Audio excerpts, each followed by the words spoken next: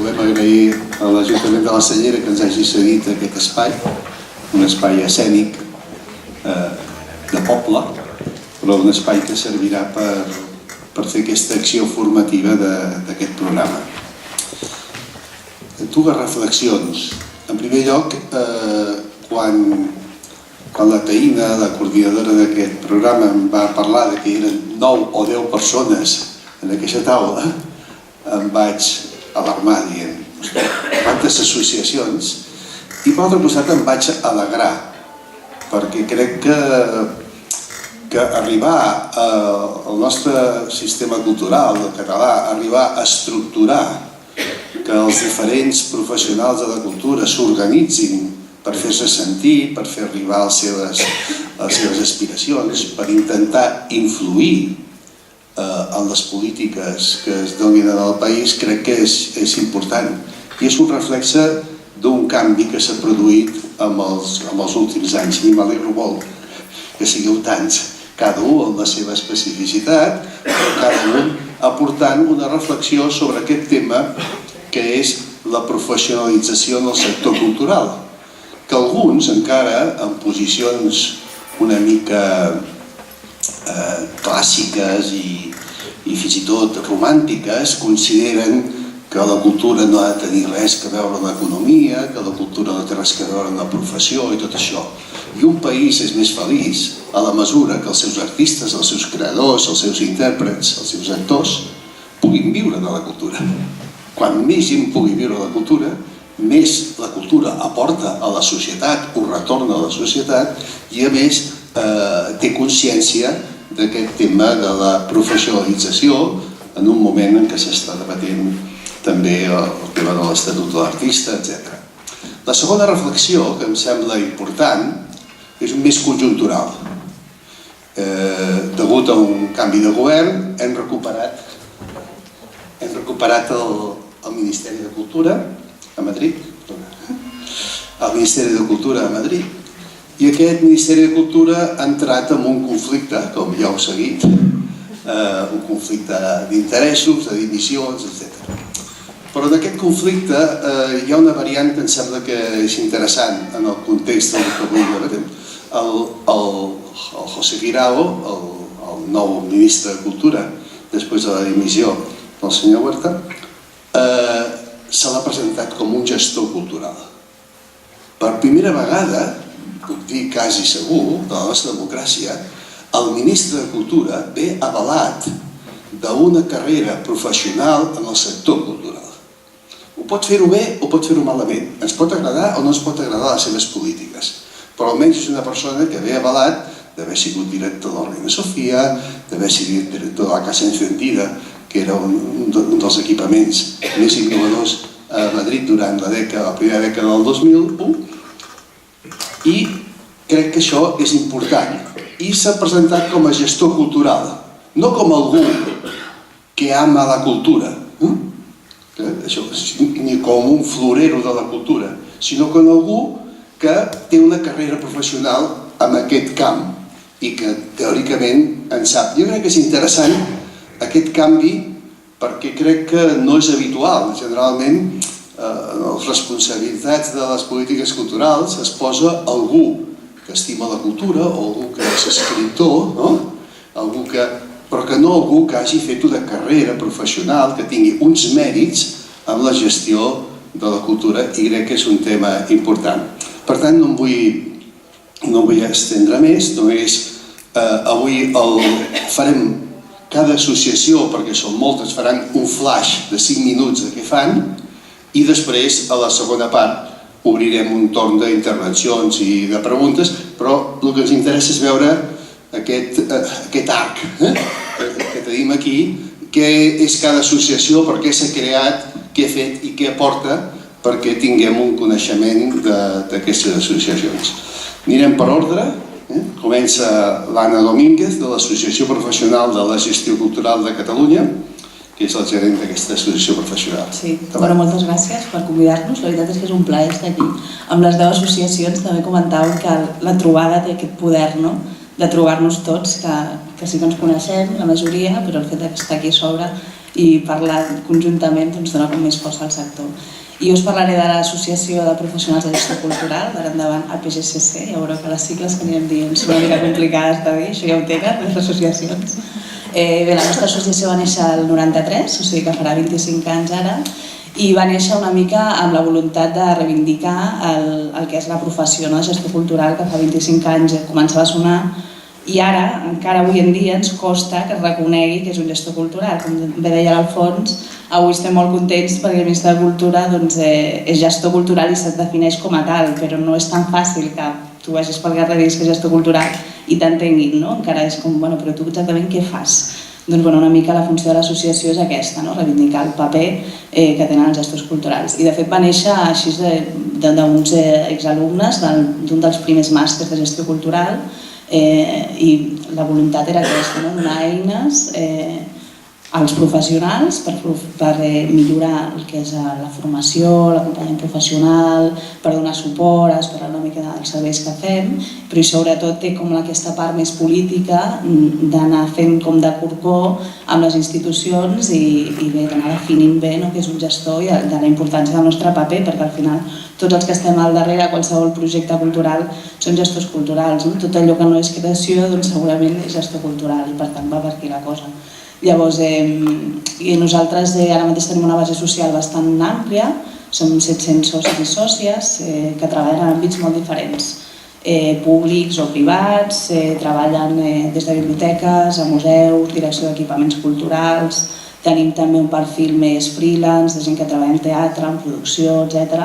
També tenim gerents d'entitats, com la vida i el Pep, sí, tot que en família, i llavors ens adaptem una mica a les demandes que poden tenir aquests socis i aquests sòcies, en acompanyament professional sobretot. Tenim una branca més de desenvolupament, en el que oferim són formacions, cursos molt adaptats a les necessitats del sector i intentem que siguin força generalistes, diguéssim, com de tecnologia o de gestió pròpiament, no ens adaptem a cap sector perquè una dels nostres hàndicaps, diguéssim, és bo i és dolent, és que tenim un ventall molt ampli de perfils dintre de l'associació, llavors costa molt adaptar-se a les necessitats. Per això intentem fer una cosa generalista i que serveixi per tots els que treballen en cultura. També tenim una borsa laboral, que això segurament coincideix en la majoria d'associacions, i després tenim acompanyament en el sentit d'assessoria laboral i fiscal, si això també segurament coincidim en la resta d'associacions, el tema legal també és un tema que ens preocupa bastant, quan ha hagut algun dubte de contractació, què s'ha de fer, on puc anar, doncs nosaltres també els acollim i intentem acompanyar-los en aquest sentit. Després tenim una línia més de debat i reflexió per intentar contribuir a tot el que són polítiques culturals i fem cicles de debats, jornades, intentem publicar documents també, i després la línia més política que us comentava és com està més al darrere, que no es veu, però sí que anem fent reunions amb institucions, perseguim tots aquells concursos que creiem que públics que igual que no estan ben redactats, que no s'han treballat bé, intentem denunciar-los, totes aquelles pràctiques o males pràctiques també que es poden detectar en el sector, intentem fer les cartes pertinents a qui toqui, etc. I fer una mica aquesta funció. De fet, vam fer el Codi de Bones Pràctiques el 2011, que encara continua vigent i ara estem en procés de canviar algunes coses per adaptar-lo, però és com un referent i va ser traduït en 3 idiomes i és com una bona guia, diguéssim, per saber què fer i què no en segons quins casos.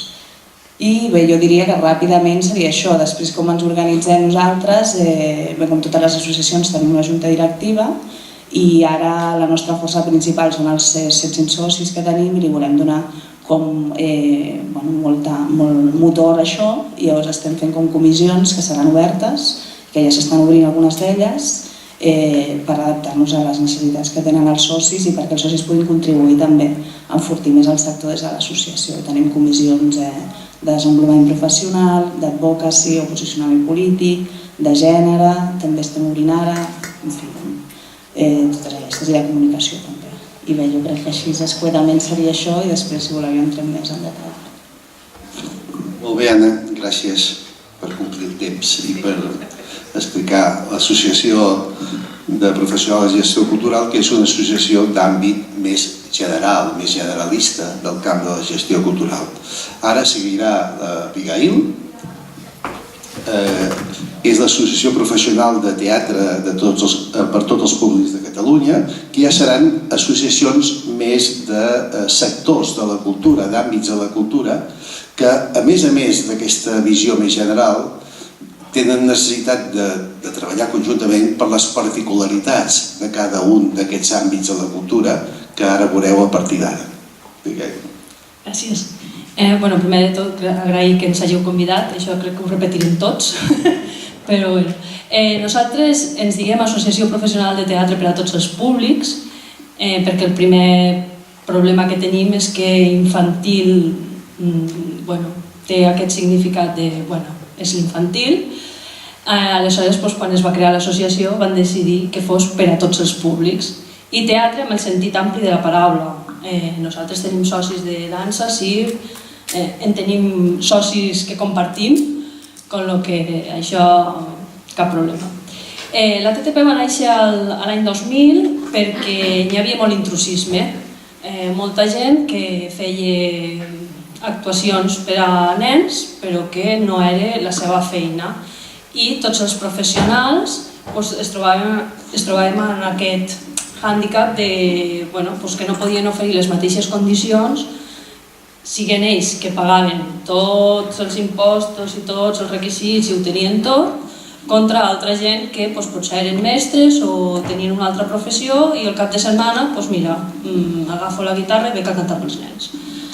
Aleshores, amb aquest objectiu de lluitar contra això va ser quan va néixer.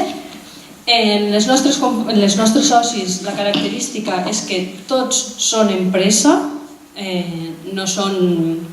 no és el creador com a persona que s'associa, sinó que és l'empresa, sigui autònom o sigui cooperativa, SL, SA o el que sigui, perquè precisament el que reivindiquem i la característica que té el nostre sector, el del teatre infantil, és que són estructures que són un grup de creadors normalment estables que tenen un recorregut al llarg dels anys i que les seves obres són de repertori. Les productores normalment el que fan és agafo un director, agafo aquests actors, creo aquest espectacle, l'exploto 6 mesos, un any o 2 i després cada un se'n va cap a casa d'ells. En el nostre cas no. En teatre infantil la majoria són petites companyies en què el director o els actors o aquesta combinació són els que creen una empresa amb un projecte i van creant espectacles, que no vol dir que per un espectacle contractin un director perquè els doni una mirada externa que també els enriqueix, però tenen aquesta estabilitat. Això fa que la manera de funcionar sigui molt diferent.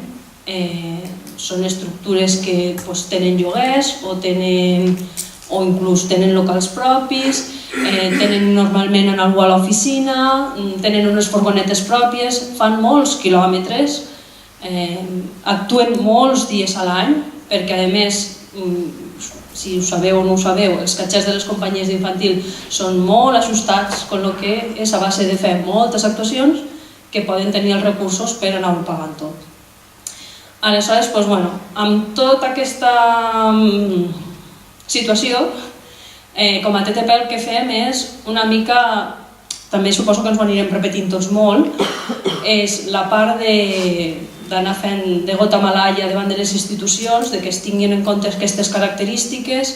No és el mateix anar de gira amb la furgoneta, empalmant d'un lloc a un altre, no sé què, jo agafo un vol i em planto allà.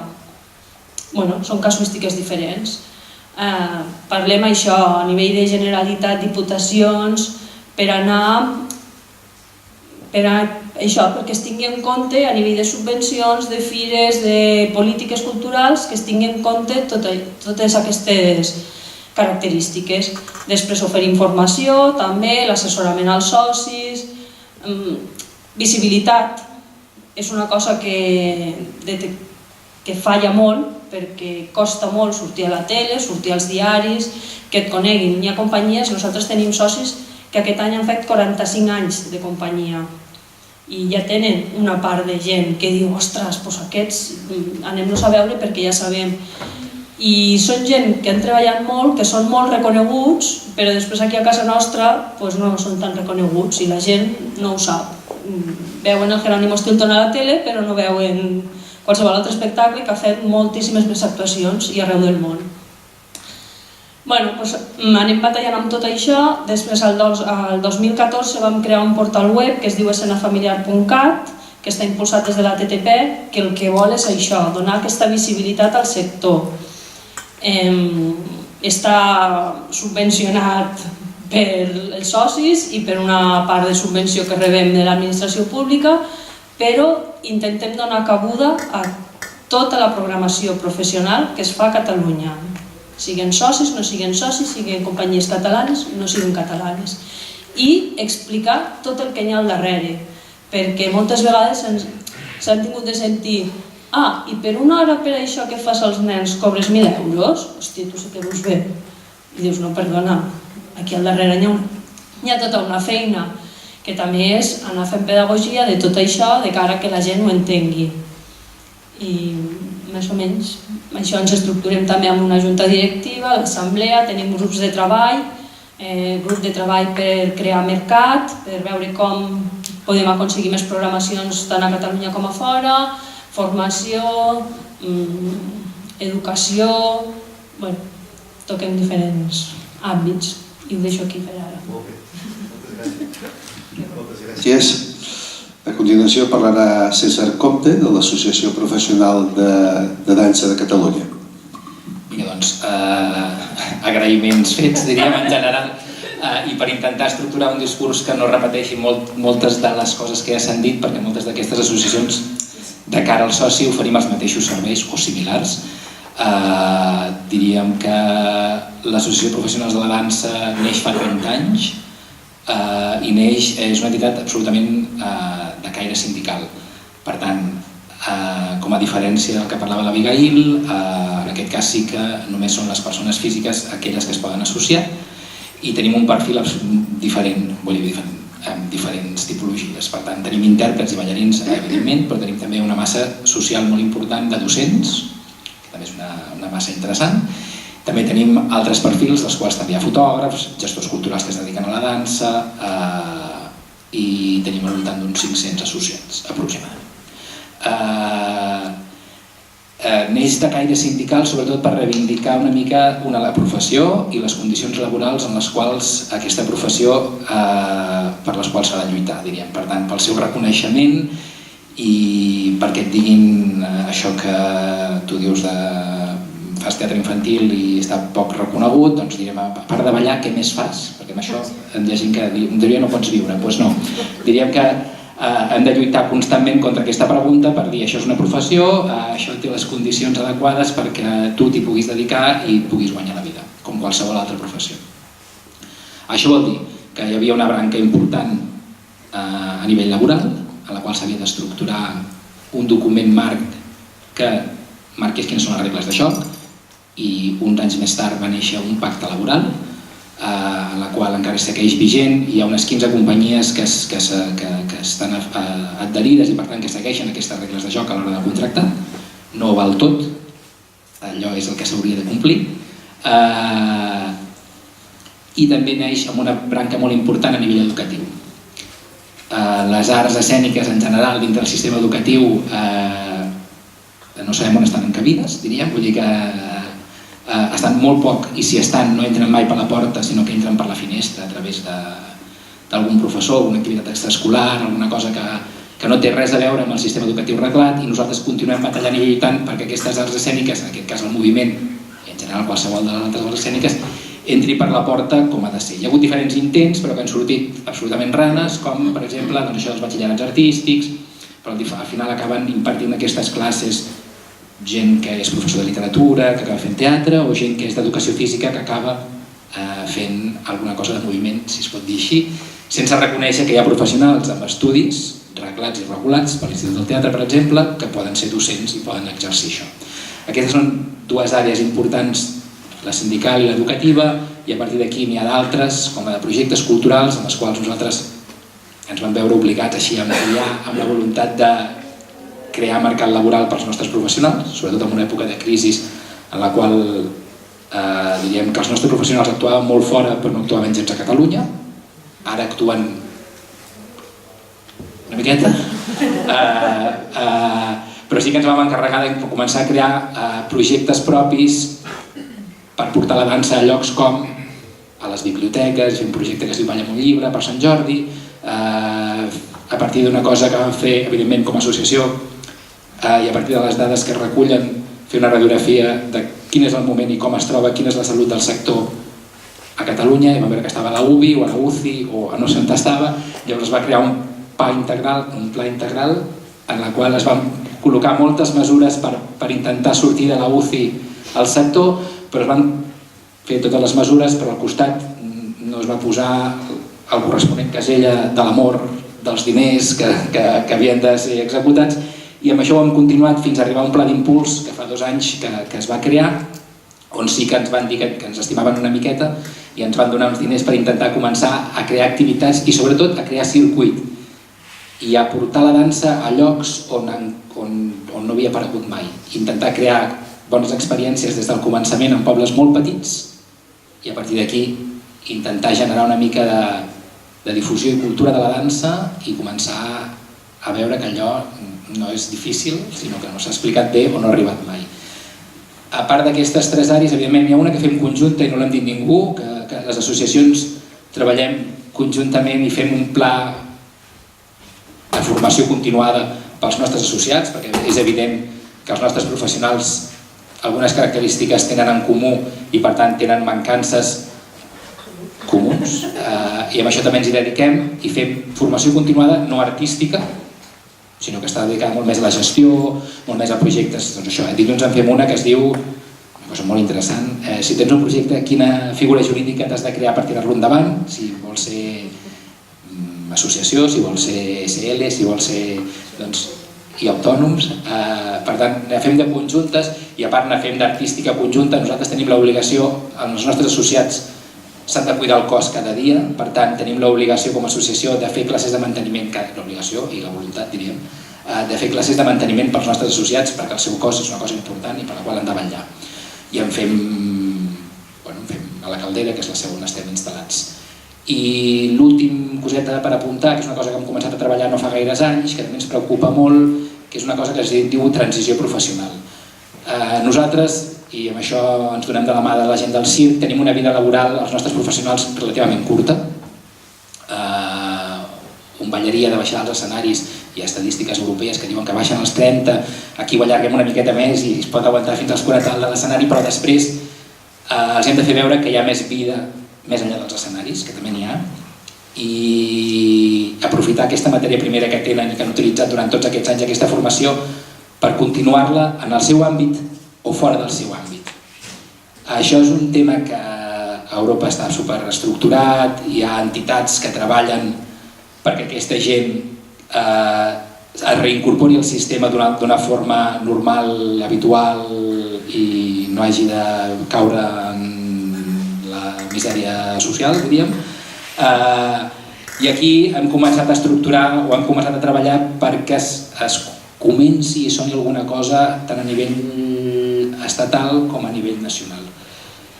I abans parlaves de l'Estatut d'Artista, diríem que és un altre tema que hem treballat totes les associacions conjuntes, en les quals el Conca va ser qui va plegar al final les 36 propostes que s'han traslladat a Madrid i que s'han convertit en 60 o no sé quantes, i només dir-vos i apuntar-vos que el dictamen d'aquesta subcomissió ja s'ha fet públic, per tant, ahir o no sé, ahir no, a política, que ara ja tenim com a mínim aquesta radiografia feta i a partir d'aquí el nou govern ha d'intentar posar alguna mesura en ordre, però res més.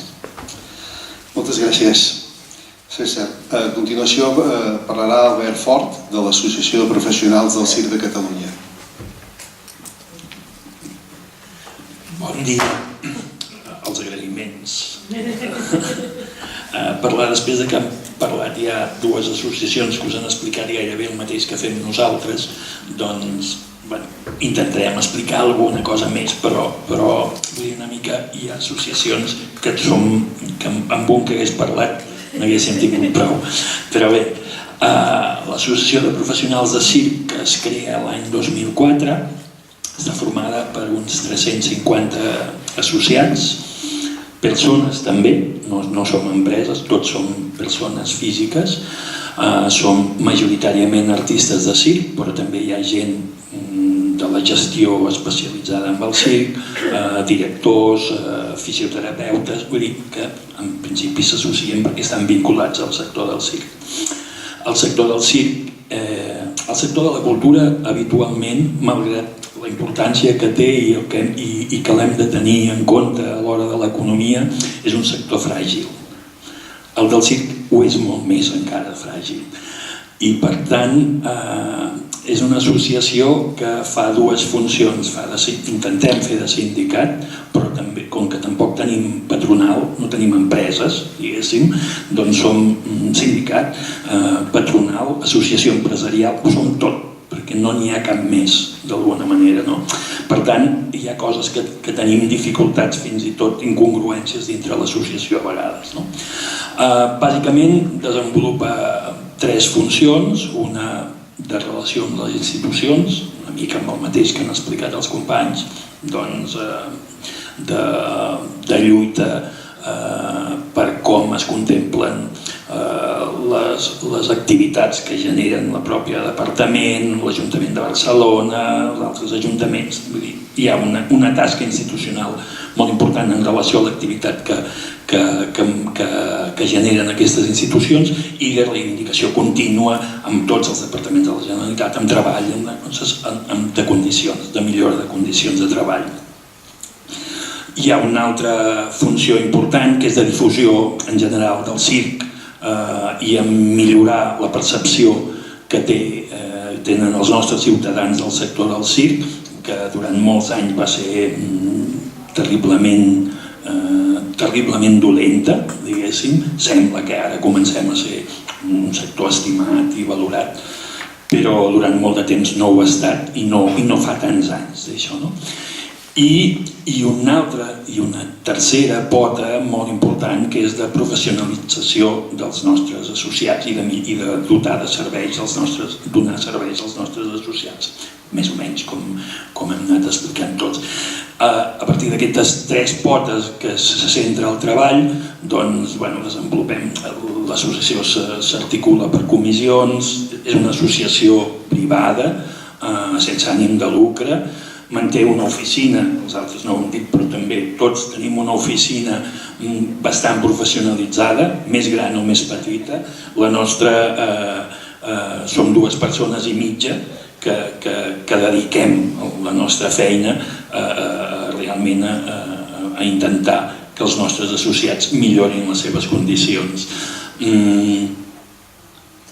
Què més?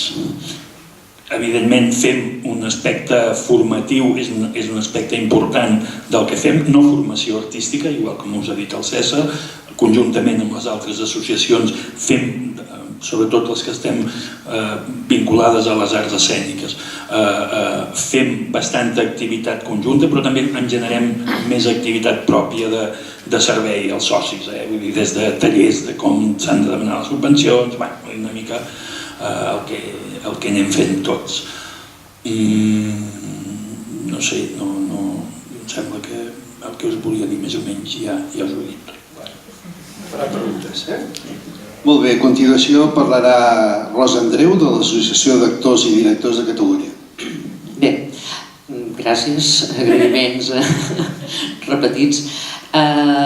L'Associació d'Actors és una organització sindical que va néixer com a organització sindical fa 37 anys, ja fet ara, aquest principis de juny. Tenim en aquests moments uns 1.300 associats, que vindria a ser un 25 o un 30% de la base d'actors i actrius i directors i directores que hi ha al país. Va començar lluitant arrel del primer grec que es va muntar i va sortir un grup de gent que va dir hem de fer alguna cosa quan va ressorgir el teatre. Va néixer per això i per lluitar per millorar les condicions, perquè allò era la selva abans.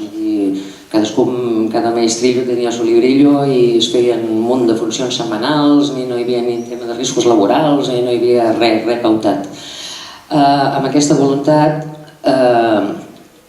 amb l'acció sindical es va intentar treballar per tenir un conveni que, malgrat té 37 anys, l'organització o l'associació el vam aconseguir signar el primer conveni l'any 2004. És a dir, només fa 14 anys que els actors i directors de Catalunya tenim un conveni que reflecteix les condicions mínimes de treball, tant a nivell econòmic com de condicions laborals.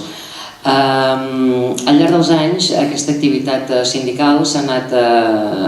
També hi havia una petita pota cultural que era la publicació, era una revista que es diu L'Entreacte, que enguany han fet... Ara acaba de sortir el número 201, que jo crec que és l'única que queda ara exclusiva d'arts escèniques i ara s'està incorporant el tema audiovisual perquè, clar, també és un sector que està creixent i que els actors i actrius que surten cada vegada hi tenen més interès, del qual n'estem molt orgullosos. Ha anat canviant el disseny i jo crec que és una revista, en surten 4 números l'any i de fet és l'única que hi ha, més d'articles de fons, de reflexió. I també hi ha la digital, diguéssim, que és on van les notícies que surten i es va actualitzant dia a dia. Al llarg dels anys aquesta pota cultural s'ha anat ampliant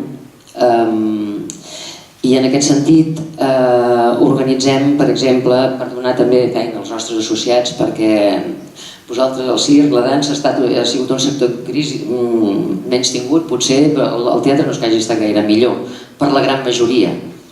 Després hi ha els estaments oficials, els grans teatres i els grans actors, els que estan en un nivell més elevat, diguéssim, que aquests no tenen problemes, però la gran base d'actors i actrius de Catalunya doncs anem fent com podem. Es van organitzar en aquest sentit, doncs organitzem lectures dramatitzades que es trien d'entre els nostres directors, fan propostes, se'n trien 4 conjuntament amb la Fundació AISGE i Fundació Romea. Es trien 4 projectes i aquests directors es demanen actors i actrius voluntaris que s'apuntin i ells trien d'entre la base dels que s'han apuntat els que volen que treballin, i això és una feina remunerada, evidentment. No repeteixen, vull dir, els que ja han actuat salten de la base, per tant, per intentar donar feina a tothom. Ara som uns 1.200, 1.300, més o menys. La crisi també ens ha repercutit i també per pagar una quota quan no hi ha feina és complicat. Havíem arribat a ser més de 1.500, ara estem a uns 1.250, 1.300 més o menys. També va arribar un moment en què vam creure que havíem de retornar alguna cosa a la societat. Vull dir, els actors i les actrius i directors, com tots els que estem aquí, que treballem en les arts escèniques o en les arts en general, jo ens sentim privilegiats, jo em sento privilegiada de poder treballar en això que estimo tant i vam creure que havíem de retornar d'alguna manera aquest privilegi a la societat i aleshores vam obrir una branca social, que en diem. I en aquest sentit vam començar a col·laborar amb la presó de Lledoners, on s'hi fa una mostra de teatre des de fa 7 anys. 7? Més? Vale. Ja fa més de 7 anys que la fem, va començar amb la Montserrat Carulla amb una taula llegint-los poesia en els presos, que li tiraven les cadires pel cap, i realment va aconseguir que l'auditori es quedés tothom bocabadat.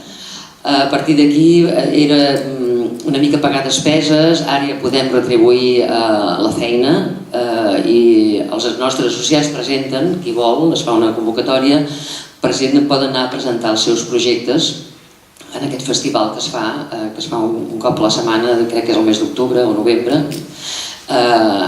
i és una feina que els interns realment agraeixen moltíssim perquè és l'únic contacte que tenen amb la cultura dins de la presó en la que estan i és molt gratificant l'experiència i veure el feedback que t'ofereixen realment. Més recentment també vam començar una col·laboració amb Cambrians i aquí el funcionament és diferent. Hi ha un actor que munta una mena de taller on les internes fan elles el seu muntatge i les acompanya, llavors es presenta i està obert que la gent ho pugui anar a veure.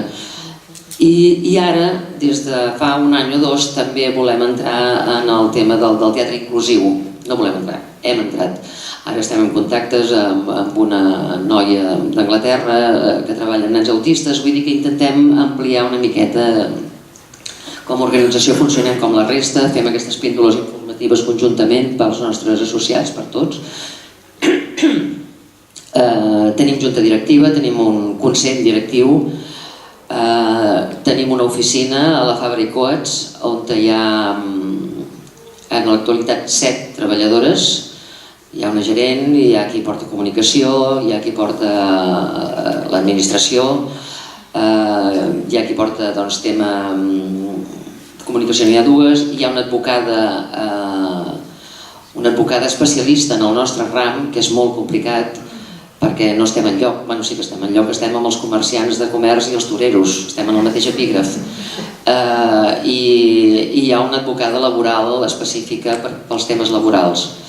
Evidentment treballem amb les administracions per aconseguir ser reconeguts específicament amb la nostra feina. Per posar-vos un exemple, la fonia no és causa de baixa per un actor o una actriu. Per un mestre sí, o una mestra, per un actor o una actriu no és causa de baixa laboral, perquè no tenim un epígraf específic. Aleshores entrem dintre el règim general, igual que la gent que treballa 8 hores al dia en un horari normal. Clar, nosaltres no... I és el que estem lluitant a Madrid, però clar, cada vegada ens canvien el govern, ens canvien el ministre, ens canvien alguna cosa i hem presentat ja la iniciativa com 30 vegades i sempre és tornar a començar. En aquest sentit, estem treballant, ja vam impulsar amb el govern de la Generalitat anterior el PIT, el Pla Integral de Teatre, que no n'hi ha. Va ser molt ben acollit, però clar, va passar el que va passar. Fins ara, recentment, no tornem a tenir govern, no tornem a tenir consellera i tornarem a engegar, tornarem a explicar. Estic acabant ja el temps? Doncs aquí ho deixo perquè explicaria... És que hem fet moltes de coses, ho deixo aquí, la resta més o menys com els altres. Gràcies. Moltes gràcies, Rosa. A continuació parlarà en Josep Reis de l'Associació Professional de Músics de Catalunya, Musicat. Gràcies per convidar-nos. I amb argot musical jo diria que m'han copiat el repertori perquè cada un que parlava deia una cosa que jo també hagués dit, perquè crec que el tema de les associacions, la problemàtica és comuna, les accions també crec que són comuns. Nosaltres som una associació professional de caràcter sindical que tenim la seu a Girona, a diferència segurament que crec que tots vosaltres. O sigui, estem... No? Ja estem... Ah, bueno, perfecte, doncs ja tenim una companya que no estem a la capital. Doncs som una associació, com deia, de caràcter professional, de caràcter sindical, perdó, que som els hereus de l'antic sindicat de músics de Girona, que va ser els primers que va néixer el 1917, o sigui, fa més de 100 anys. Ens vam acabar convertint en una associació professional perquè vam pensar que igual érem més operatius i després a nosaltres se'ns distingeix, tenim a prop de 3.000 socis i segurament el motiu és perquè aquesta associació professional, a banda de totes aquestes feines que fan les associacions, de defensar que se'n reconegui la feina com a tal, que se'n reconegui socialment, de fer formació, de donar suport als nostres socis, doncs vam crear un grup de gestió format per cooperatives, per qui hem fet la broma abans, que se'ns coneix pels de les factures, perquè arran de la normativa que ens regeix, que explicava la Rosa, els músics també som treballadors per compte aliena, però aquesta normativa, la situació de quan es va fer a la que estem ara, ha canviat totalment i els músics, els que ens passa ara, que quan anem a tocar ens demanen una factura. Per resoldre aquesta problemàtica, a l'any 95, crec, vam crear la primera cooperativa i al final hem acabat creant un grup de gestió per donar suport, per facilitar la contractació laboral i les qüestions fiscals a tots els nostres socis. En aquests moments, com deien, s'ha redactat l'Estatut de l'Artista, que en principi hauria de regular i ordenar tot això. No sé si serem capaços, perquè és un document, ahir vaig estar intentant llegir-lo tot. És tan ampli que és com el de la República. No sé si això passarà, si serà tan immediat com alguns es pensàvem, que serà una cosa que pot costar, perquè en principi es preveuen que hi hagi d'haver molts canvis normatius, canviar lleis costa molt, i nosaltres, abans de tot això, en diferents moments, ja havíem presentat propostes de reforma perquè és més fàcil reformar que canviar tota una llei sencera. Es havia fins i tot aprovat en el Congrés dels Diputats, cosa que no és gens fàcil, això ho havia fet tot el sector de les associacions de músics professionals. Hi havia hagut un mandat del Congrés dels Diputats perquè es canviés i em sembla que han passat més de 10 anys i ningú ha fet res. O sigui que l'Estatut de l'Artista o el Pla Integral, que també hem participat i que també ens ha passat una mica com els altres sectors, que un cop va ser redactat ens vam quedar sense govern i no sabem si funcionarà més bé o no perquè no hem pogut aplicar-lo tal com caldria. Tenim aquella sensació de que anem provant coses per si de cas aquesta és la bona, no? És com aquell que va a missa per si de cas resulta que és veritat que hi ha una altra vida, no? I jo crec que això, encara que ho hàgim de dir una mica amb el sentiment d'haver-nos frustrat moltes vegades, tampoc hem de desesperar-nos i hem d'intentar, hem d'insistir, és la nostra obligació com a associacions, no? Pensar que sí que alguna vegada algú ens farà cas, que algú canviarà les coses, perquè realment, encara que siguem al món de la cultura, que jo crec que aquí és on ens comencen a tractar malament, perquè és fas de músic, de què treballes, la pregunta aquesta recurrent que ja s'ha repetit per aquí, de vegades potser nosaltres hauríem de ser capaços de defensar-nos com un sector productiu molt important, perquè és molt important el nostre sector, i potser és la manera que es faci en cas, de vegades anem amb el lliri a la mà i venem molt la cosa de la cultura i no ens agafen en sèrio, perquè en aquest país no s'ha vingut mai en sèrio la cultura. En aquest i en el gros i en tots, o sigui, ha costat molt.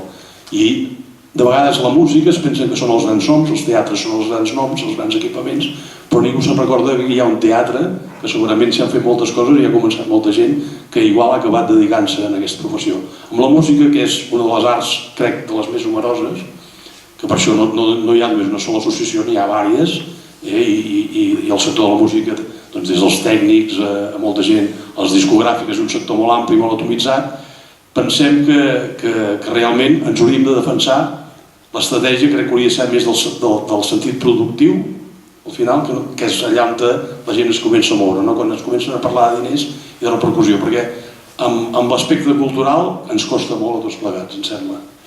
En fi, per no repetir-me, podria explicar moltes coses, però evidentment l'associació fa exactament el que fan totes, formació, suport, etc. Tenim un junta directiva del qual jo soc el president i poca cosa més.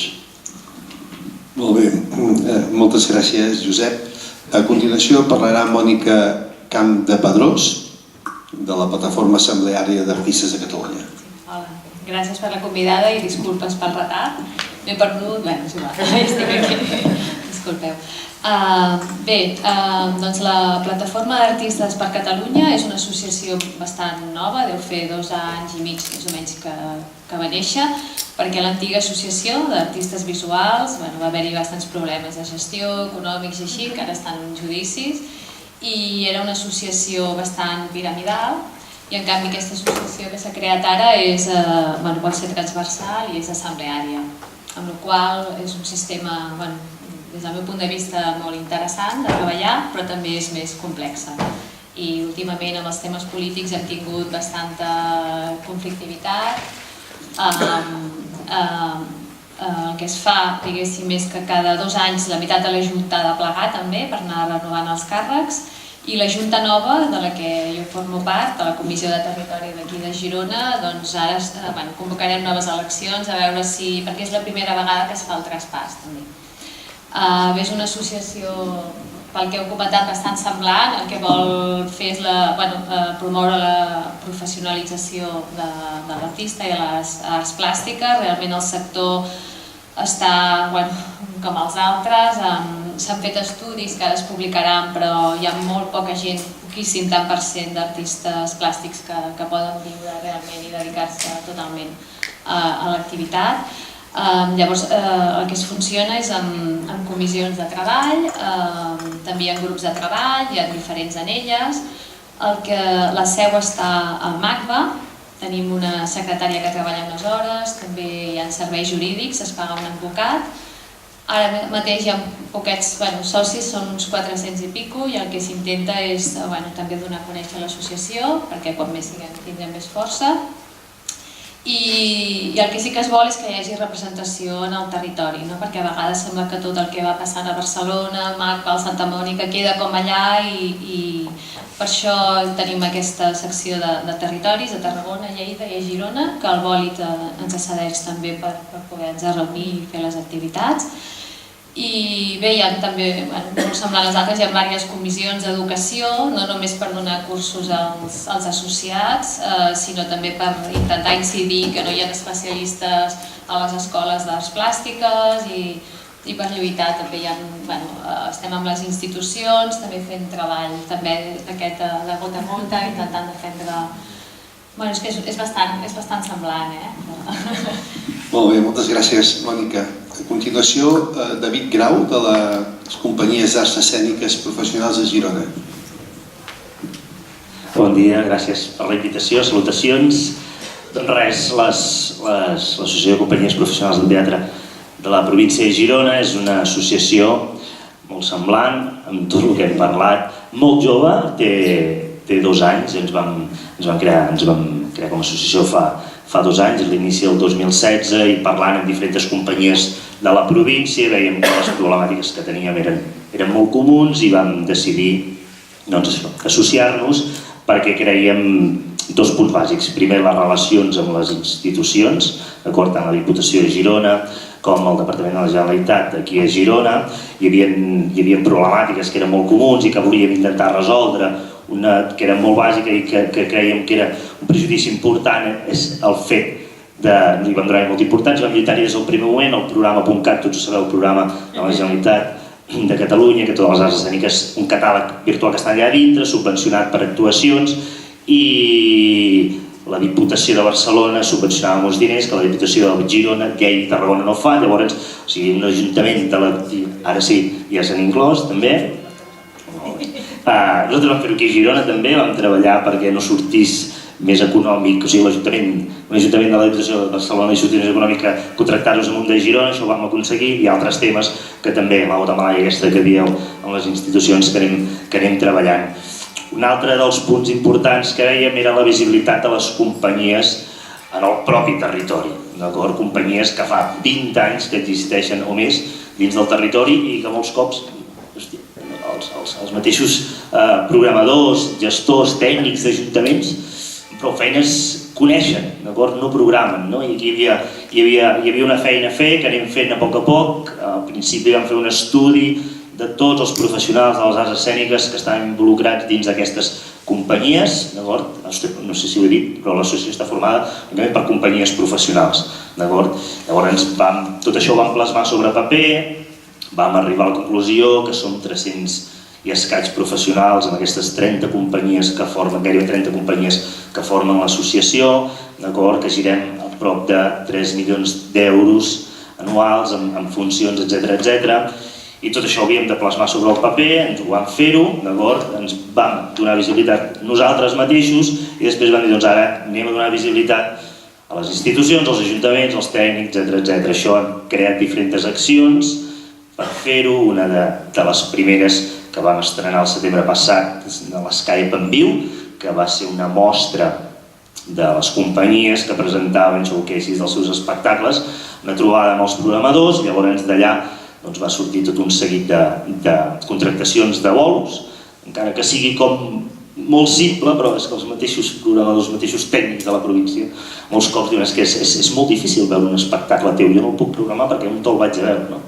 Llavors, una mica amb aquesta voluntat de resoldre aquest tema, vam crear l'Skype en viu, que aquest any es repetirà al setembre també, i després, a diferents punts, mirades, sobretot, reactivar una altra vegada una xarxa cultural important que hi havia i que després de la crisi s'ha anat malmetent, una xarxa que creiem que s'ha de reactivar amb les administracions, amb les companyies, amb els gestors culturals, amb els espais escènics a nivell de residència, etc., que tot això està molt malmès i crec que és important fer-hi esment i treballar-hi. Molt bé. Moltes gràcies, David. I per acabar a la taula, en Pep Montes, que és gerent de l'Associació Catalana d'Empreses del Lleure, Educació i de Cultura. Hola, bon dia. Gràcies, com tothom. Bé, soc l'últim i de fet la nostra associació és una mica diferent de les altres, per posar una mica de color, em sembla que ja està bé. Com Com diu l'Alfons, som empreses, la nostra associació agrupa empreses i de fet som l'associació patronal de referència a Catalunya en el nostre àmbit. De fet, diria que som la millor patronal que hi ha en el nostre àmbit perquè de fet som l'única que representa les empreses en aquest sector. I de fet intentem explicar un sector que a vegades costa bastant d'explicar. Com diu el nom, som empreses de lleure, educació i cultura. Per tant, agrupem empreses que presten serveis en l'àmbit del lleure educatiu tradicional, però també el que en diem lleure sociocultural, i aquesta és la part que afectaria, que tocaria més directament a la cultura. Són empreses que presten serveis en l'àmbit sociocultural entès tradicionalment, però que darrerament intentem explicar amb un altre concepte que és el que anomenem cultura de proximitat. Per dir-ho ràpid, es tractaria de tots aquells serveis que es basen en la mediació entre l'expressió artística o cultural i la ciutadania, que intenten aproximar l'expressió cultural i intenten que la ciutadania, és a dir, que els ciutadans de cada municipi, de cada entorn territorial concret, siguin protagonistes de la cultura, experimentin, treballin i ells mateixos generin activitat cultural. Per tant, són empreses que gestionen serveis com centres cívics, cases de cultura, programacions culturals diverses, normalment per encàrrec d'administracions, no només, però majoritàriament d'administracions locals, i llavors tot un seguit de programes que normalment no tenen cap paraigua sota el qual aixoplugar-se, però que tenen a veure amb el món de la sociocultura, que són programes interculturals, de promoció d'igualtat de gènere, per exemple, de defensa de drets civils i coses, per exemple, de polítiques de joventut, etc. Són actuacions que pràcticament sempre, gairebé diria que sense excepció, utilitzen la cultura com un mitjà, com un instrument, no com a finalitat en si mateixa, però com un instrument per assolir altres finalitats. I per tant, la cultura és matèria de la nostra feina quotidiana. Per tant, són empreses que treballen bàsicament gestionant serveis públics, per tant, contractades per l'administració. I d'aquí ja s'entén que una de les nostres batalles fonamentals és defensar que hi hagi un model de contractació pública que sigui bo, que sigui de qualitat i que sigui interessant. No sé si us heu fixat, mentre parlaven els meus companys, anava contestant missatges al mòbil, no és una falta de respecte, ja em perdonareu, però és que aquest mateix matí és l'últim dia de termini que tenim per presentar un recurs contra un concurs públic, que el qual considerem que ha sortit al carrer amb una dotació econòmica absolutament insuficient, que no permet pagar, que no dona diners suficients per pagar els treballadors que optin de les empreses que optin aquests serveis, complint el conveni sectorial amb el qual ens basem. Aquesta és una de les nostres batalles fonamentals, que els concursos públics per gestionar serveis públics en l'àmbit de la cultura de proximitat estiguin dotats de manera suficient. I no només dotats, sinó que els criteris de valoració dels projectes primin no el preu, sinó els continguts, les característiques tècniques d'aquells concursos. N'hi ha diverses de batalles, però aquesta podríem dir que és la més gruixuda. Per tant, avui hi haurà en els tribunals d'aquest país, que en general van bastant carregats, hi haurà un procediment més que l'hem provocat nosaltres, denunciem un concurs públic que no reuneix, creiem, les condicions necessàries. Com deia, condicions necessàries, recursos econòmics suficients per pagar sous segons el conveni sectorial al qual ens regim en el nostre àmbit, que és el conveni de lleure educatiu i sociocultural. Insisteixo en el de lleure educatiu i sociocultural, perquè habitualment se'l coneix com a conveni del lleure i llavors la gent es pensa que només es refereix a monitors i directors, que òbviament fan una feina fantàstica, molt necessària i fins i tot prioritària en molts àmbits, però també en l'àmbit sociocultural. Això inclou treballadors de proximitat en museus, com deia abans, en centres cívics, programacions culturals, etc. Aquest conveni abasta aquest àmbit de la cultura de proximitat, però el descriu malament. I una de les nostres feinades també en aquest àmbit és intentar millorar la manera com el conveni descriu les figures professionals que intervenen i, per descomptat, d'introduir tots aquells sectors que ja estan una mica allunyats. La nostra associació té ara mateix 70 empreses associades, de les quals, si no em recordo malament, 15 són específicament de cultura de proximitat. Les de cultura de proximitat, entre totes, facturen prop de 50 milions d'euros a l'any, entre elles, i tenen una mitjana habitual d'uns 2.500 treballadors. Per tant, diguem que, em sembla que un company per aquí ho deia, com a sector econòmic som rellevants. Doncs el reconeixement que necessitem d'això ha de ser més enllà de reconeixements teòrics i honorífics han de ser pràctics i, per tant, que es millorin les condicions de treball. Nosaltres també fem molta formació, nosaltres també prestem serveis als associats, etc. Però diré una cosa que, per sorpresa meva, no et dic cap dels companys, també, que és que jo, animeu-vos a associar-vos, carai. Estar associats, compteu-vos, no? Segur que quan acabi això us donem una adreça, una butlleta, fins i tot, no sé si porteu butlletes, perquè us associeu. Estar associats és fonamental. No concebo cap sector, el de la cultura també, sense que els seus agents estiguin associats per fer força. Associats per prestar serveis, com tots hem dit, per descomptat, però no sobretot per això, sobretot perquè plegats enfortim el sector, li donem visibilitat, li donem presència i òbviament, quanta més representativitat tinguem, més capacitat de defensa tenim els drets. I per rematar, deixeu-me dir una cosa, que de fet és una de les mancances importants que té la nostra associació, no sé si en algun cas el dels companys, i és que la presència territorial.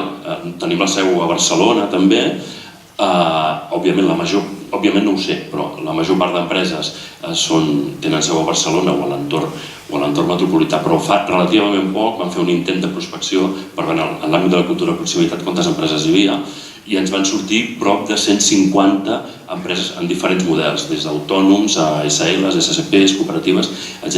150, en tenim, he dit 15, d'associades. Mireu si tenim recorregut per fer, no? Hem d'aconseguir representar tantes com puguem perquè la presència pública vagi d'acord amb el volum que realment és el nostre sector. Jo vull afegir una cosa que em sembla que tampoc hem dit i que tots tenim plana web. I a la plana web podeu trobar perfectament moltes més coses de les que alguns us hem explicat fatal. Per tant, visiteu-les, que segur que si teniu interès i, com diu el Pep, associeu-vos als que...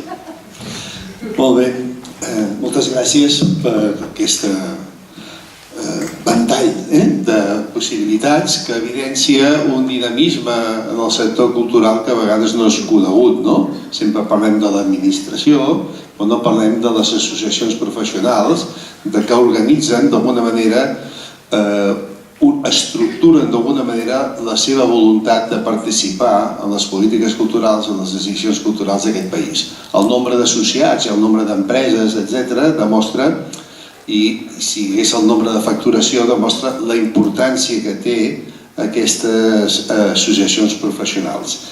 També és veritat que el nostre sector cultural porta retards històrics que sembla que es tindria que haver superat, com això de l'Estatut d'Artista, com el reconeixement de les empreses culturals, com les contratacions intermitents en l'àmbit laboral, tot això que seria la poca protecció social que té aquest sector, degut a que sempre ha sigut tractat com de segona categoria, malgrat la seva importància. L'Estatut d'Artista és una solució, però s'han de canviar molts decrets, moltes normes que permet des de la de contratacions, els temes laborals, la classificació d'activitats professionals, a moltes coses perquè la gent s'hi senti identificat com a tal. I després ja crec que és una cosa important que jo vull ressaltar, que és la maduresa del sector cultural s'expressa en aquesta taula. Aquí hi ha un sector cultural de base que està sortint i que vol actuar i que s'ha estructurat en forma d'associacions i de sindicats, que crec que... Però per l'altre costat, el que has dit tu, que era la fragilitat del sector. El sector és fràgil per moltes raons. Primera, per les particularitats del sector, que és un sector que no és tan fàcil de definir ni d'acotar com altres, però també per aquesta falta de consideració a tractar aquests temes. És a dir, el tema de si volem un sector cultural potent, hem de tenir un sector cultural estructurat, que reconegui drets, que reconegui possibilitats, etc. Per tant, aquí tenim aquesta mostra. Com és habitual amb aquestes accions formatives, sempre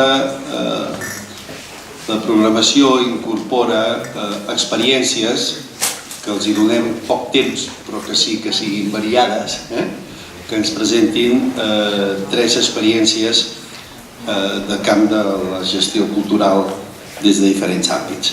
En primer lloc parlarà Marc Alladell. Ell és una experiència de FADE, que és una mostra d'art digital, que és una associació cultural elèctric, no? Cultural elèctric, i que ens presentarà, té 10 minuts per presentar-nos aquesta experiència, i al final tindrem un temps, si voleu, per fer algunes preguntes als presentadors. Marc, endavant. Molt bé, hola, bona tarda, bon dia. Soc en Marc i formo part de l'Associació Cultural Elèctric, que és una associació d'aquí a la Cellera. Abans de començar també volia donar les gràcies i tot això, i també sobretot per haver animat a fer aquesta trobada aquí a la Cellera i deslocalitzar-la una mica del que seria Santa Coloma, així que gràcies. Bé, l'Associació Cultural Elèctric neix l'any 2009 amb la intenció de fer una proposta diferent a la Cellera. La Cellera és un poble que culturalment ja és molt actiu, sobretot musicalment, cosa que li faltava alguna proposta una mica més d'avantguarda. La idea de l'associació és muntar una mostra d'art digital en una zona rural i mal connectada, com heu vist, depèn d'on heu vingut, ja heu vist que les carreteres no són les més desitjables. Després, aquesta mostra neix també l'any 2009, és una mostra sense ànim de lucre.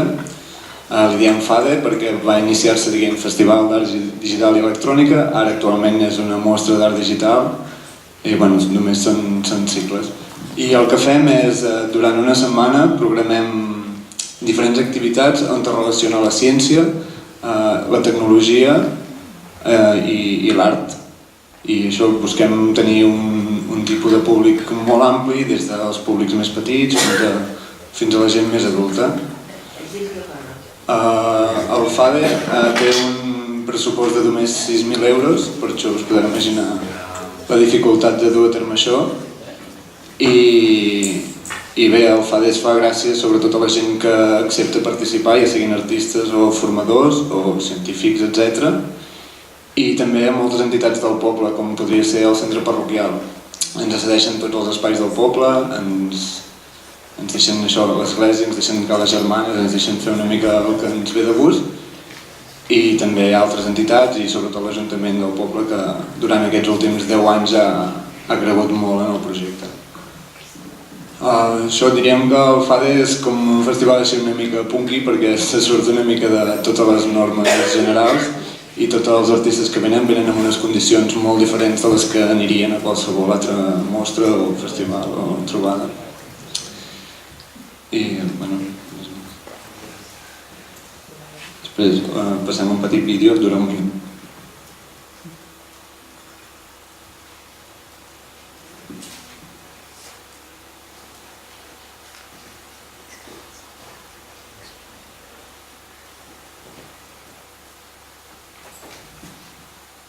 La Teina, on està? Que s'acosti una mica més, que no hi ha gaire cobertura.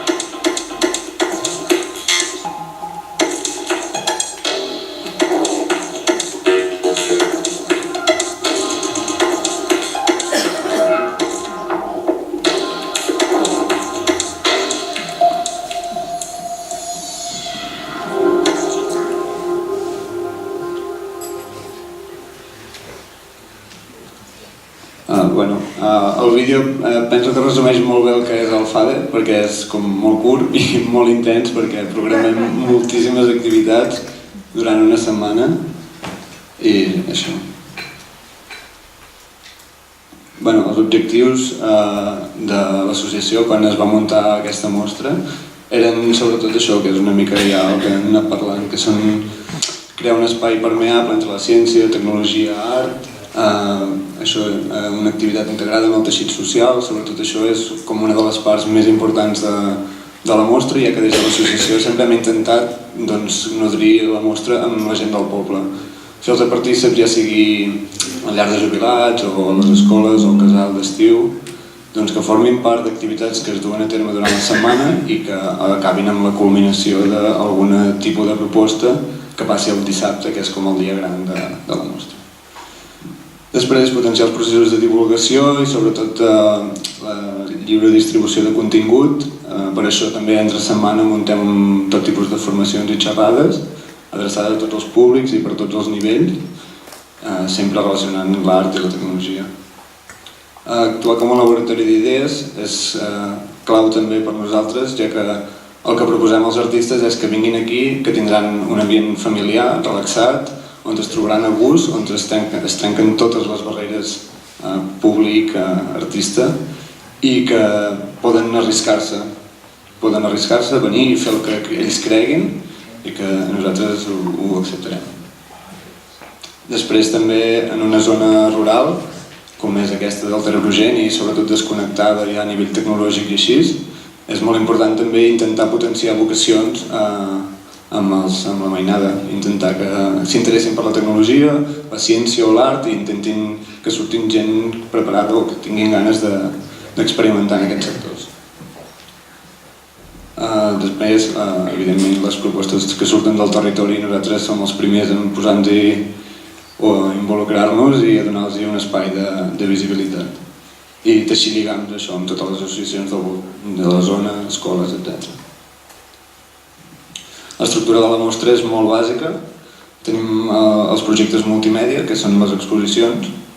Aquí hi ha com l'apartat professional, que venen empreses que es dediquen al sector de l'oci, etc., a muntar instal·lacions audiovisuals, el que sigui. També hi ha una part amateur i també hi ha una part on intentem vincular amb escoles i universitats que vinguin i ens ensenyin el que han fet durant l'any. Aquest any, per exemple, el dia 30 d'aquest mes, hi ha una mostra de robòtica educativa que venen 8 escoles, em sembla, del territori a mostrar el que han fet durant tot el curs.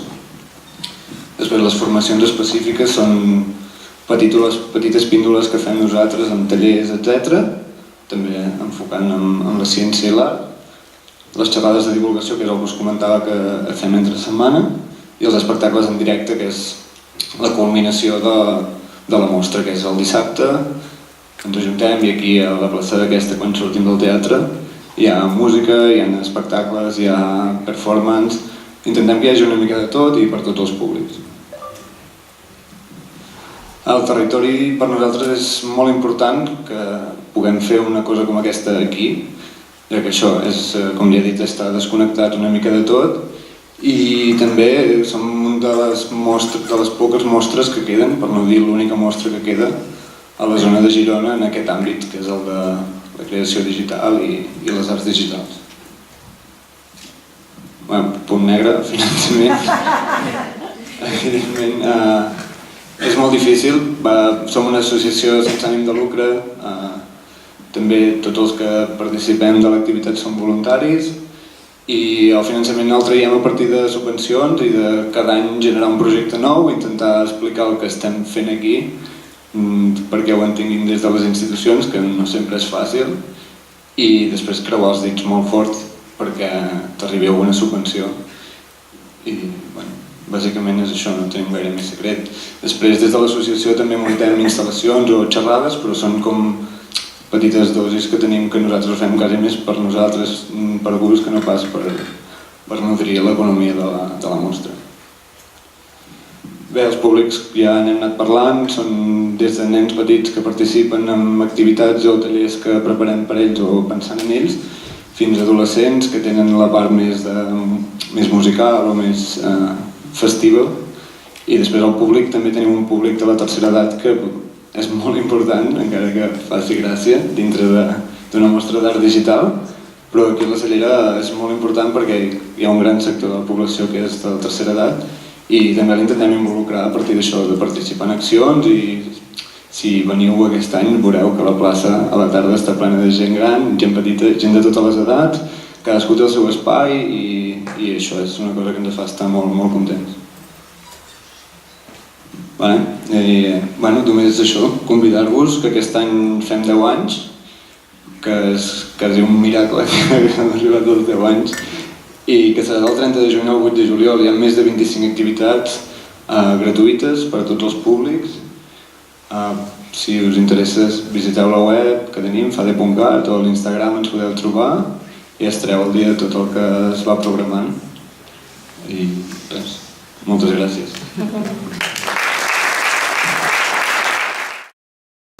A continuació parlarà Olga Sureda, que és d'un espai de residència i crowdworking i Nèctar, al Parc Natural de les Guilleries, i ens presentarà la seva experiència.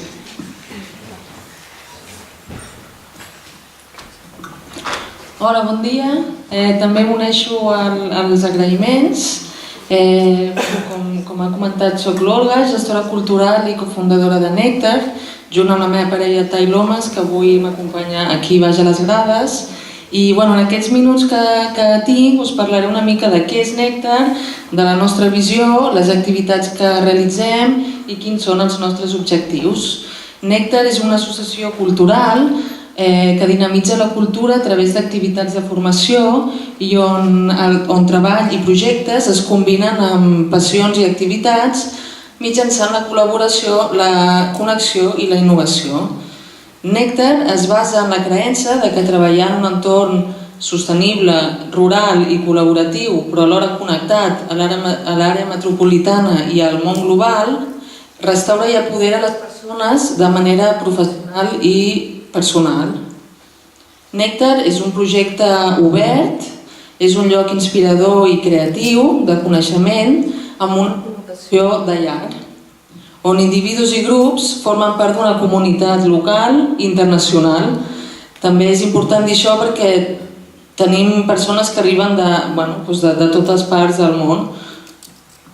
En resum, podríem dir que Nèctar és un lloc des d'on treballar, des d'on crear i des d'on connectar. On estem?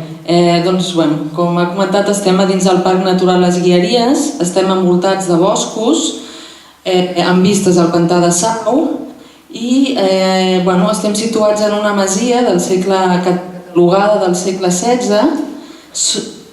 Som 100% autosuficients energèticament i creiem que la sostenibilitat és un valor i una responsabilitat global que tots hauríem de tenir en compte.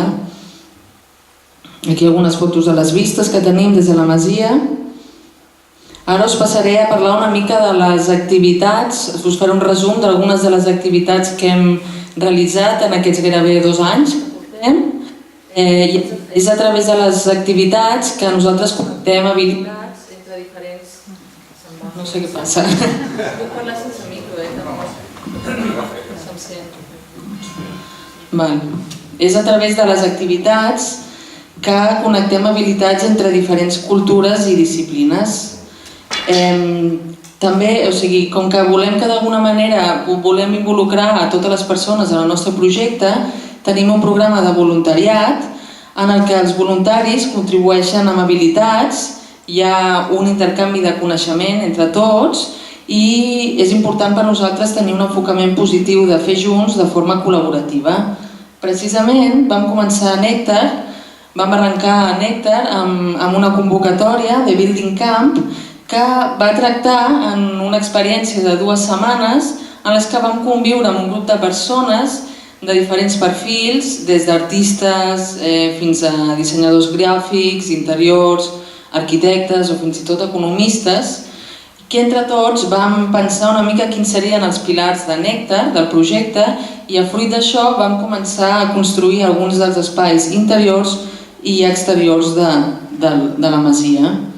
Van ser 2 setmanes molt intenses però molt enriquidores en les que hi va haver intercanvi d'idees i d'habilitats. També a Nèctar, com ja sabeu, hi ha com Avui en dia hi ha un nou esquema d'integració entre vida i treball i Néctar proposa una alternativa atractiva a aquest nou esquema i al model convencional del que és estar 8 hores en una oficina. Per exemple, organitzem Team Offsite, que vindria a dir, bàsicament Néctar és un lloc ideal per a empreses emergents o per a startups, per grups de recerca, que volen treballar en un projecte específic, ja sigui desenvolupant una nova aplicació, un nou producte o creant una nova empresa de forma focalitzada. També a Néctar organitzem el que es diria Workation, potser alguns n'heu sentit a parlar, és un nou concepte on treball i vacances es fusionen, és a dir, que bàsicament la gent, cada cop hi ha més gent que treballa remotament i que l'únic requisit que necessita és estar connectat a internet i busca precisament llocs inspiradors, llocs fora dels sorolls de la ciutat per treballar. D'aquesta manera un és més productiu, ja que es pot distribuir el temps de manera més efectiva i a Néctar creiem molt en aquest nou esquema d'integració entre vida i treball. També l'any passat vam organitzar la primera edició del curs d'estiu Utopies en col·laboració amb el grup de recerca Art, Globalització i Intercultural de la Universitat de Barcelona. Aquest curs explorava les relacions entre art contemporani i utopies i estava dirigit per la doctora i la professora Júlia Ramírez, que també està adscrita a la Universitat de Barcelona. Va ser un curs que va durar 5 dies i durant aquests 5 dies hi van haver pels matins sessions teòriques i per les tardes tallers pràctics en els que vam invitar diferents agents culturals. Per exemple, l'any passat vam invitar a Oriol Foguer, que és un arquitecte de Madrid, que ell va proposar un gabinet de crisis de ficcions polítiques. També vam invitar a Marina Montsolís, que és una artista local, que ella treballa en menjar i comunitat. I per la nostra part, jo i el Tai vam organitzar un taller enmig del bosc. És a dir, aquest curs es podria haver portat perfectament a l'acadèmia, en una classe d'una universitat, però nosaltres el vam fer a Néctar i creiem que té com un valor únic i especial portar aquest tipus de coneixement en un lloc tan especial i també d'alguna part utòpic, és a dir, que va encaixar molt bé aquest curs en aquest lloc. És més, tornarem a repetir aquest any una segona edició a principis d'agost. Aquest any també hem realitzat el nostre primer programa de residència artística en col·laboració amb la Galeria Carles Tatxer, que és una galeria d'art contemporani, és una de les galeries més establertes i conegudes de Barcelona, i també amb la plataforma de recerca curatorial On Mediation, que també és de la Universitat de Barcelona. Aquest programa de residència es basa en una convocatòria per propostes de projectes en les que Néctar ofereix beques als artistes residents, les quals els hi permet d'aprofundir en el seu procés creatiu i artístic en un entorn rural, però alhora estar connectats també amb l'escena artística de Barcelona, que creiem que és important també treballar des d'un lloc rural, però a la vegada estar connectats. I com es du a terme aquesta connexió? Doncs a través d'aquestes col·laboracions que hem fet, ja sigui en No Mediation o en la Galeria Carles Tatxer, on es va fer una exposició que estarà fins a principis de juliol. També en aquest programa de residència vam voler organitzar una sèrie d'activitats per tal d'una mica establir connexions entre els artistes, amb agents culturals, locals, però també establir una mica una xarxa de col·laboracions. Per exemple, un dia vam anar a Barcelona, vam visitar alguns centres d'art i alguns espais, també vam tenir algunes cites amb alguns comissaris locals que ens van explicar les exposicions i això els va permetre als artistes que venien de fora, venien de Japó, de Rússia i d'Israel, doncs una mica estar en contacte amb l'escena artística de Barcelona, que com tots sabeu, artísticament és bastant cosmopolita i referent a Espanya. També vam organitzar un Open Studio, vam invitar alguns agents culturals de l'escena local, com per exemple alguns crítics d'art, alguns comissaris, alguns escriptors, que vinguessin un dissabte a Néctar i coneixessin el treball que estaven fent els artistes, no? Que encara estaven fent, era un work in progress, i els artistes van tenir l'oportunitat de tenir un feedback per part d'aquests professionals i també establir una mena de col·laboració. Alguns d'ells van escriure un petit text sobre els projectes dels artistes que després va servir com a fulla de sala a l'exposició a la galeria. Aquí tenim l'exposició titulada Landscapes, que just vam inaugurar la setmana passada, i algunes fotos de la inauguració. També, properament, hem de dir que va ser una experiència molt bona i que també volem repetir l'any que ve. I properament, en els propers mesos, com us he dit, estem preparant la segona edició del curs Utopies i també estem preparant un curs intensiu de fotografia de naturalesa, aquest cop en col·laboració amb el CFD, que és un centre d'imatge i de fotografia documental que està al Poble Sec, a Barcelona. Serà un cap de setmana molt intens sobre fotografia de naturalesa, que quin lloc millor que hi ha el nèctar per natural les Guilleries. Per últim, us volia una mica apuntar els nostres objectius, tot i que alguns d'ells ja els he anat dient mentre anava explicant la nostra visió i les nostres activitats, però seria com una mica ja per tancar i per acabar, m'agradaria també puntualitzar-los. Seria, com he dit, teixir xarxes de col·laboració amb entitats locals, nacionals però internacionals també. Seria promoure la cooperació i la relació entre diferents professionals de l'àmbit cultural, artístic i educatiu a través de les nostres activitats, com per exemple aquests cursos que us he explicat o residències.